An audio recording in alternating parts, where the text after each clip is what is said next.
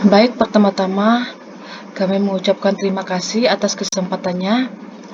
Pada saat ini kami dari kelompok 18 akan mempresentasikan hasil diskusi kami. Tapi sebelumnya kami akan memperkenalkan diri terlebih dahulu. Yang pertama Elisa, yang kedua Veronica Hilaria. Di sini kami mengambil judul dari desain kelompok kami, yaitu analisis pengaruh return on asset dan loan to deposit ratio terhadap capital adequacy ratio pada perusahaan perbankan yang terdaftar di Bursa Efek Indonesia. Yang pertama, latar belakang penelitian. Mengapa kami mengambil judul tersebut? Yang pertama, karena di era globalisasi saat ini, perkembangan kemajuan ekonomi sangat meningkat, sehingga membuat persaingan antar perusahaan baik dari segi menghasilkan laba maupun dalam hal lainnya. Di Indonesia itu sendiri, perbankan menjadi salah satu tempat yang dipercaya oleh masyarakat sebagai perantara keuangan antara pihak-pihak yang mempunyai dana dengan pihak-pihak yang memerlukan dana. Namun bukan hanya perusahaan, namun pihak ataupun lembaga-lembaga lain juga mempercayakan perbankan sebagai pihak yang menjadi tempat perantara keuangan. Selanjutnya, bank merupakan salah satu lembaga keuangan yang berperan penting dalam perekonomian secara khususnya di Indonesia. Bank adalah lembaga keuangan yang menghimpun dana dari masyarakat, kemudian akan disalurkan kembali kepada masyarakat. Ini berguna untuk mendapatkan keuntungan atas bunga dari pinjaman yang akan diberikan kepada masyarakat. Sebagai lembaga keuangan yang berperan penting dalam perekonomian di Indonesia, bank juga harus memiliki kinerja keuangan yang sehat agar bank bisa berjalan dengan lancar. Kinerja keuangan adalah kemampuan perusahaan yang harus baik dicapai dalam hal mengelola perusahaan maupun dalam hal mengalokasikan sumber dananya. Sedangkan laporan keuangan bank menunjukkan kondisi keuangan bank selama satu periode, baik itu laba maupun rugi yang akan diperoleh oleh bank selama satu periode tertentu, dan disusun dalam bentuk pertanggungjawaban manajemen terhadap pihak-pihak yang berkepentingan dengan kinerja perusahaan. Sedangkan rasio keuangan yaitu kegiatan membandingkan angka-angka yang ada di dalam laporan keuangan, baik laporan laba rugi, laporan arus kas, laporan perubahan modal.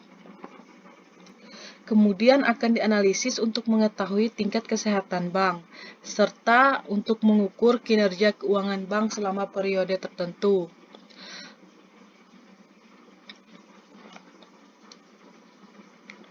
Kompleksitas kegiatan usaha bank yang semakin meningkat berpotensi menyebabkan makin tingginya risiko yang akan dihadapi bank.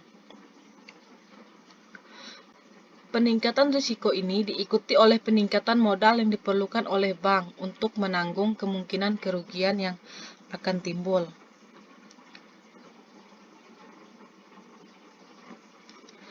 Suatu perusahaan harus memiliki modal yang cukup karena modal merupakan faktor utama bagi suatu perusahaan, terutama perbankan, untuk dapat mengembangkan usahanya. Bukan hanya perbankan yang harus memerlukan modal, namun semua perusahaan juga memerlukan modal.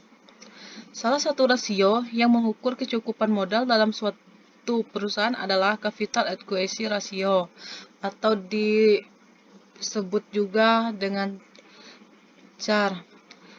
CAR merupakan rasio yang menunjukkan kemampuan perusahaan dalam menyediakan dana yang digunakan untuk mengatasi risiko kerugian. Rasio keuangan yang terkait dengan kemampuan perusahaan dalam menghasilkan laba adalah rasio return on asset atau ROA. ROA ini digunakan perusahaan untuk menilai kinerja perusahaan. Selanjutnya, rasio yang berhubungan dengan likuiditas perusahaan yaitu Loan to Deposit Ratio atau disingkat dengan LDR. LDR mengukur seberapa besar volume kredit yang disalurkan oleh bank dan seberapa besar jumlah penerimaan dana dari berbagai sumber. Nah, berdasarkan uraian dari latar belakang yang sudah diuraikan tadi, penulis tertarik melakukan penelitian dengan judul Analisis Pengaruh Return on Asset dan Loan to Deposit Ratio terhadap Capital Adequacy Ratio pada perusahaan perbankan yang terdaftar di Bursa Efek Indonesia. Selanjutnya, masalah penelitian. Di sini ada dua masalah penelitian. Yang pertama, apakah terdapat pengaruh return on asset terhadap capital adequacy ratio terhadap perusahaan perbankan yang terdaftar di Bursa Efek Indonesia? Terus yang selanjutnya, yang kedua, apakah terdapat pengaruh loan to deposit ratio terhadap capital adequacy ratio pada perusahaan perbankan yang terdaftar di Bursa Efek Indonesia? Baik, selanjutnya pembatasan masalah. Agar suatu permasalahan tidak melenceng atau tidak melebar, maka peneliti membatasi permasalahan. Yang pertama, permasalahan yang dibatasi yaitu data yang digunakan adalah laporan keuangan perusahaan perbankan di Bursa Efek Indonesia periode 2014 sampai 2018. Yang kedua, penelitian ini hanya menggunakan rasio return on asset, loan to deposit ratio, dan capital adequacy ratio. Selanjutnya, penelitian ini hanya meneliti perusahaan perbankan yang terdaftar di Bursa Efek Indonesia. Selanjutnya, tujuan penelitian. Penelitian dilakukan yaitu berguna untuk memenuhi atau mencapai tujuan yang diinginkan, atau untuk mengetahui sesuatu yang ingin kita teliti. Di sini tujuan penelitian ada dua. Yang pertama, tujuannya untuk mengetahui pengaruh return on asset terhadap capital adequacy ratio pada perusahaan perbankan yang terdaftar di Bursa Efek Indonesia. Terus yang selanjutnya untuk mengetahui pengaruh loan to deposit ratio terhadap capital adequacy ratio pada perusahaan perbankan yang terdaftar di Bursa Efek Indonesia. Yang selanjutnya, manfaat penelitian. Manfaat penelitian yaitu ada dua. Yang pertama bagi penulis dan yang selanjutnya bagi pembaca. Yang pertama bagi penulis. Penelitian ini bermanfaat bagi penulis agar bisa mengembangkan ilmu pengetahuan dan membantu mengatasi serta memecahkan masalah yang akan diteliti. Dan penelitian ini juga bermanfaat untuk menambah wawasan dan pengetahuan tentang return on asset, loan to deposit ratio, dan capital adequacy ratio pada perusahaan perbankan yang terdaftar di Bursa Efek Indonesia. Sedangkan bagi pembaca, penelitian ini bermanfaat bagi pembaca untuk mengetahui return on asset dan loan to deposit ratio terhadap capital adequacy ratio pada perusahaan perbankan yang terdaftar di Bursa Efek Indonesia. Selanjutnya akan dijelaskan oleh teman saya, Veronica Hilaria.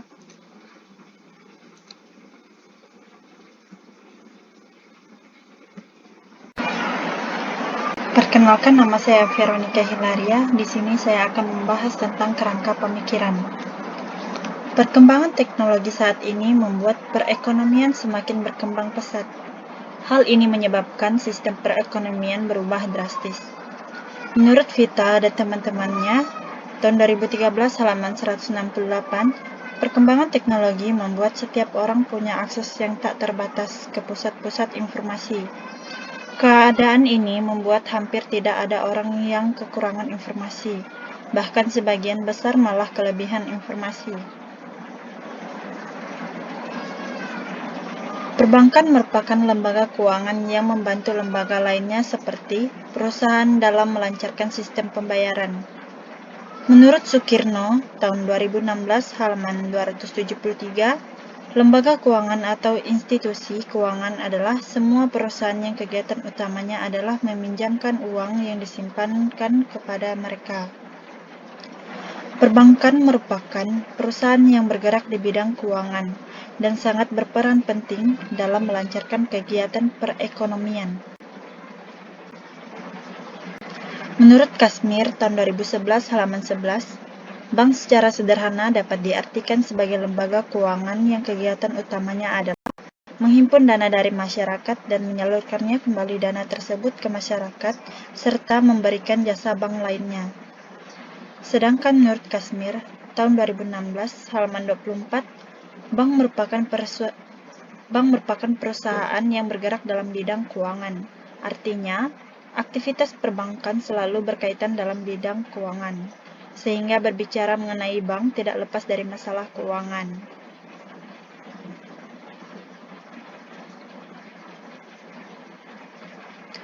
Menurut Hendro dan Raharja tahun 2014 halaman 124, bank pemerintah adalah bank yang sebagian besar modalnya dimiliki oleh pemerintah pusat, baik sebagai bank umum milik negara atau BUMN maupun bank pemerintah daerah atau BPD. Menurut Kashmir tahun 2016 halaman 25, keuntungan utama dari bisnis perbankan yang berdasarkan prinsip konvensional diperoleh dari selisih bunga simpanan yang diberikan kepada penyimpan dengan bunga pinjaman atau kredit yang disalurkan.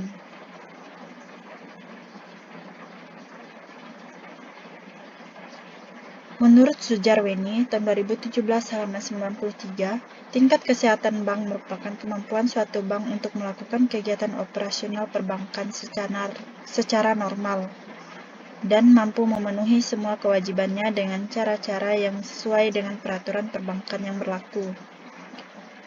Menurut Harjito dan Martono tahun 2011 halaman 51, laporan keuangan atau financial statement merupakan ikhtisar mengenai keadaan keuangan pada suatu saat tertentu. Laporan keuangan secara garis besar dibedakan menjadi 4 macam, yaitu laporan neraca, laporan laba rugi, laporan perubahan modal, dan laporan aliran kas. Menurut Falk tahun 2015 halaman 9, tujuan laporan keuangan adalah untuk memberikan informasi tentang posisi keuangan, kinerja, perubahan ekuitas, arus kas, dan informasi lainnya yang bermanfaat bagi pengguna laporan keuangan dalam rangka membuat keputusan ekonomi serta menunjukkan pertanggungjawaban manajemen atas pengguna sumber daya yang dipercayakan kepada mereka. Menurut Sujarweni tahun 2017 halaman 59, analisis rasio keuangan merupakan aktivitas untuk menganalisis laporan keuangan dengan cara membandingkan satu akun dengan akun lainnya yang ada dalam laporan keuangan. Perbandingan tersebut bisa antar akun dalam laporan keuangan neraca maupun rugi laba. Pada umumnya, perusahaan selalu membutuhkan dana untuk membiayai usahanya. Menurut Harjito dan Martono tahun 2011 halaman 19, solvabilitas yaitu kemampuan perusahaan untuk memenuhi seluruh kewajiban finansialnya yang terdiri atas hutang jangka pendek dan jangka panjang, apabila pada saat itu perusahaan dilikuidasi atau dibubarkan. Salah satu rasio solvabilitas adalah rasio capital adequacy ratio atau CAAR. Menurut Harry tahun 2019 halaman 146,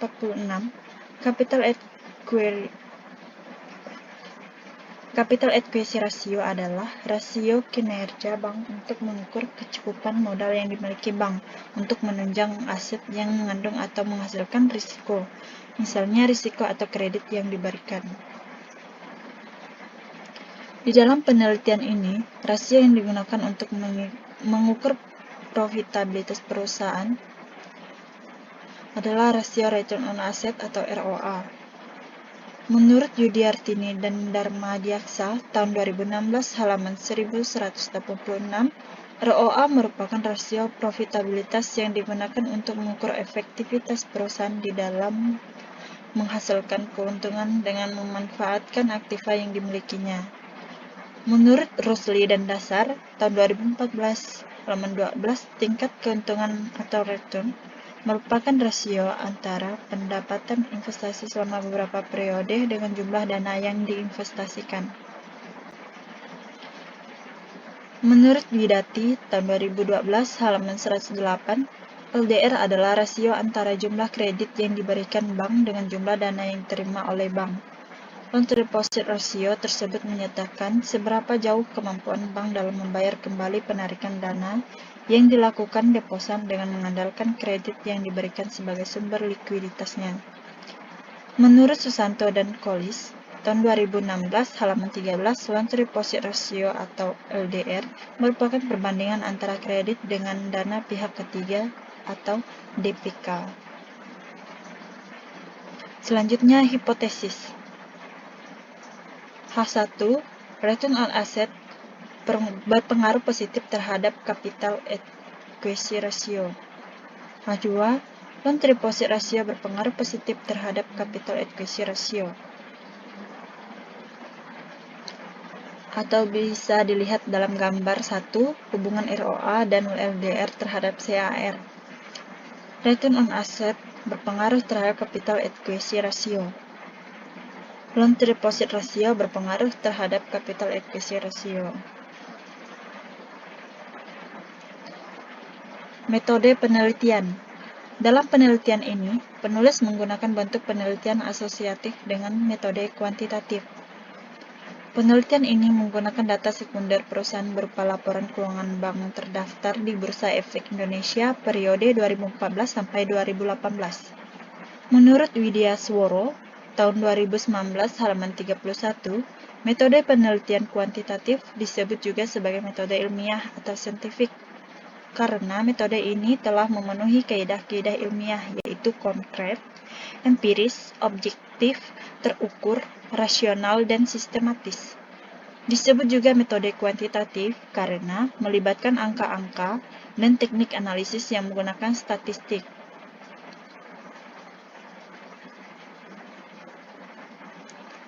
Menurut Silalahi, tahun 2017, halaman 186, variabel independen merupakan representasi dari fenomena yang digunakan untuk menjelaskan atau memprediksi variabel dependen dalam hubungan kausal. Variabel independen merupakan variabel sebab atau cause variable atau variabel yang mengondisikan terjadinya perubahan dalam variabel lain. Menurut Harry, tahun 2019, halaman 147, return on asset digunakan untuk mengukur kemampuan manajemen dalam memperoleh laba dari aset yang digunakan.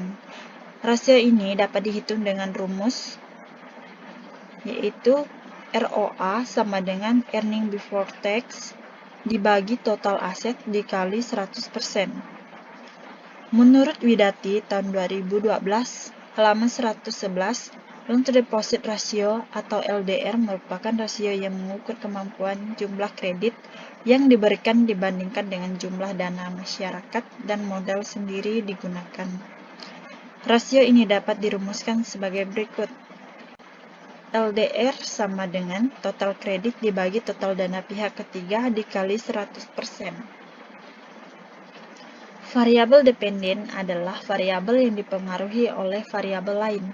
Variabel dependen juga dikenal sebagai variabel terikat karena variabel dependen merupakan variabel yang menjadi akibat atas adanya variabel lain. Menurut Cristiano, Tommy, dan Serang, tahun 2014 halaman 821, CAR adalah rasio yang memperlihatkan seberapa besar jumlah seluruh aktiva bank yang mengandung risiko atau kredit, penyertaan, surat berharga, tagihan pada bank lain.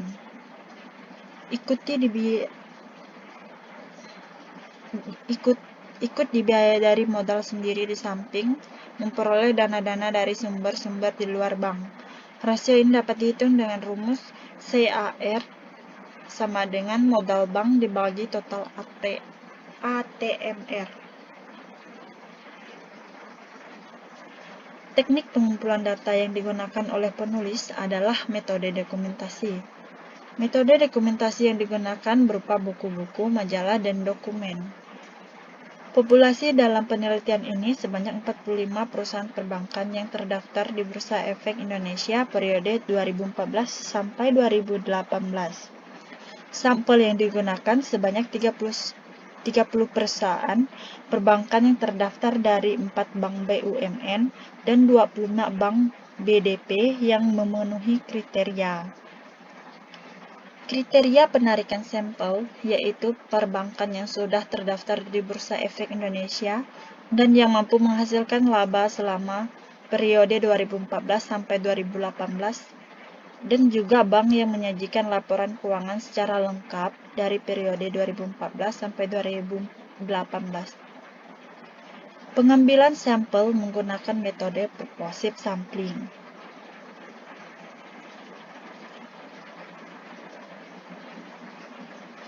Teknik analisis data yang digunakan adalah statistik deskriptif dengan pengujian hipotesis menggunakan metode analisis regresi linier berganda. Menurut Sarwono dan Salim, tahun 2017, halaman 44, regresi linier berganda merupakan prosedur yang berfungsi untuk melihat hubungan linier antara lebih dari satu variabel yang diidentifikasi sebagai variabel independen atau bebas dengan satu variabel lain yang diidentifikasi sebagai variabel dependen atau tergantung. Model persamaan regresi linier berganda dapat dirumuskan sebagai berikut. Y sama dengan A tambah B1 X1 ditambah B2 X2 ditambah E. Keterangan Y yaitu capital equity ratio atau CEAR, A sebagai konstanta, B1 min B2 koefisien regresi, X1 sebagai return on asset atau ROA, X2 sebagai loan to deposit ratio atau LDR, dan E adalah error atau tingkat kesalahan. Menurut Nengsi, tahun 2018, halaman 7, statistik deskriptif atau statistik adalah bagian dari statistik yang mempelajari cara pengumpulan dan penyajian data sehingga mudah dipahami. Statistik deskriptif hanya berhubungan dengan hal yang menguraikan atau memberikan keterangan-keterangan mengenai suatu data atau keadaan fenomena. Menurut Hamidu, tahun 2013, halaman 715, uji normalitas bertujuan untuk menguji apakah dalam model regresi variabel terikat dan variabel bebas keduanya mempunyai distribusi normal atau tidak. Model regresi yang baik adalah distribusi data normal atau mendekati normal. Uji ini dilakukan dengan cara melihat penyebaran data atau titik pada sumbu diagonal atau grafik. Menurut Sitepu, tahun 2013, halaman 1127,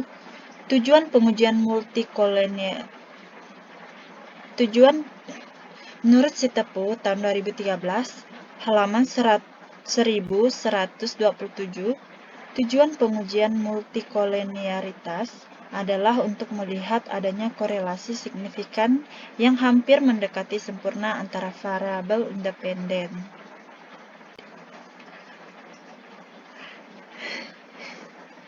Menurut Sitepu, tahun 2013, halaman 1127, uji ini dapat dilakukan dengan melihat signifikansi alfa koefisien korelasi lebih besar dari 0,05 atau dengan metode scatter plot, situasi heterokedastisitas akan menyebabkan penaksiran koefisien regresi menjadi tidak efisien, dan hasil taksiran dapat menjadi kurang atau melebihi dari semestinya.